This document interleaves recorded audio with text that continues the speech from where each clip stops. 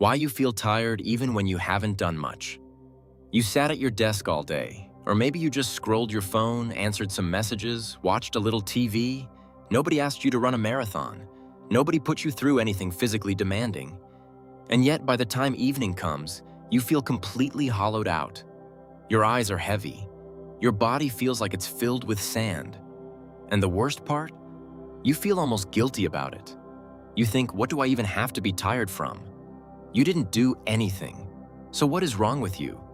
I want to start by telling you, nothing is wrong with you. But there is something very important happening inside your brain that nobody ever taught you about. And once you understand it, you will never look at your tiredness the same way again. The reframe. Your brain has been running a marathon you couldn't see.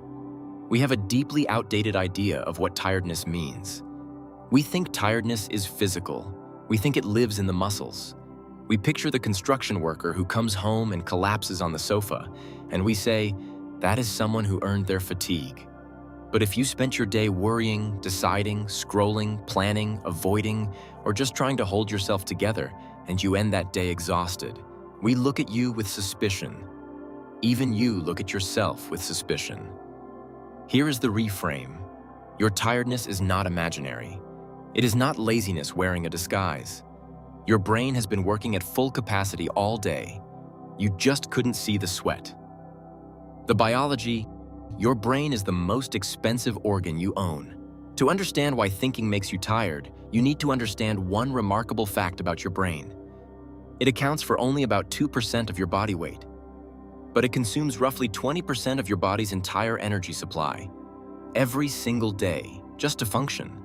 Now, when you ask your brain to do hard things, make decisions, manage emotions, stay alert, navigate uncertainty, the demand goes even higher.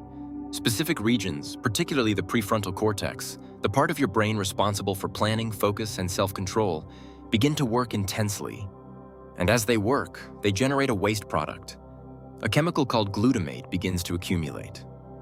Recent research published in Current Biology found that after a day of demanding cognitive work, glutamate builds up in the prefrontal cortex to the point where it becomes harder and more costly for that region to fire properly. In other words, your thinking brain gets chemically congested. It isn't lazy. It isn't broken. It is full. Think of it like a highway at rush hour. The cars haven't stopped working. The road hasn't stopped existing. It is simply overwhelmed by the volume of traffic it has been asked to carry. And here is what makes this even more interesting. Your brain knows this is happening, so it sends you a signal. That signal is fatigue. It is not a malfunction. It is a message, the hidden tax, the decisions you don't even notice. There is another layer to this, and this one might surprise you. Research suggests that the average adult makes somewhere between 30,000 and 35,000 decisions every single day. Most of them are invisible. What to eat? Whether to reply to that message now or later. Whether that tone in someone's email meant something. Whether you should bring up that thing you've been avoiding. What to watch. What to skip. Whether to feel guilty about what you just ate. Each one of those micro-decisions carries a cost. A small withdrawal from your mental account. And just like a bank account, it doesn't matter how small the individual transactions are. If there are enough of them, by the end of the day, you are overdrawn. This is what researchers call decision fatigue. And the cruel irony is that the more you try to be responsible, the more you try to think carefully, plan ahead, manage your emotions, stay on top of things, the faster that account depletes. The people who appear to have it most together are often the ones running on empty by 3 in the afternoon. You are not tired because you are weak. You are tired because you have been fully present. You have been paying attention, and attention is expensive. The toolkit. 3 ways to replenish what the day takes. Now, let's talk about what to actually do with this. I want to give you 3 specific approaches. You don't need to use all of them. Pick one that feels right for where you are right now. The first is what I call the permission pause. When you feel the afternoon drain coming, instead of pushing through or criticizing yourself for flagging, give yourself a deliberate 5-minute stop. No screen, no task, no input. Just sit, look out a window. Let your brain produce nothing. This isn't procrastination. This is metabolic recovery. You are giving the glutamate time to clear. You are letting the highway empty before rush hour hits again. The second is decision elimination. Pick 2 or 3 recurring daily decisions and automate them. The same breakfast on weekdays. The same time you check messages. A preset answer for things that don't actually require fresh thinking each time. Every decision you remove from your plate is energy you preserve for the things that actually matter.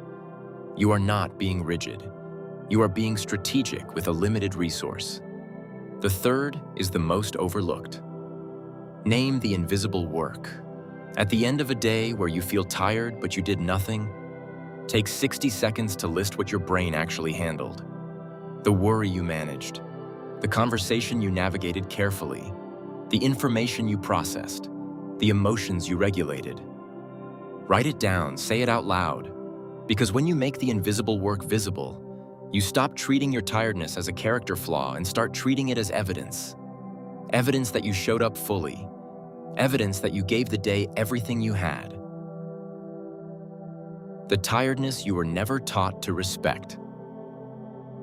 There will still be evenings where you sit down and can't quite explain why you feel like you ran a race no one watched. And that's okay. You don't always need to explain it. You just need to stop punishing yourself for it. Your brain is the most hard-working, energy-hungry, quietly heroic part of you. It has been firing, filtering, deciding, protecting, and managing every moment of your day without a single word of credit.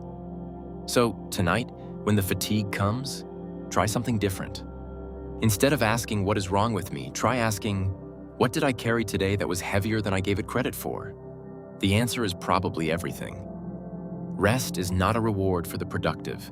It is the refueling of a brain that has been working hard in ways the world was never taught to see. You are not doing nothing. You are recovering. And that is exactly what you are supposed to be doing.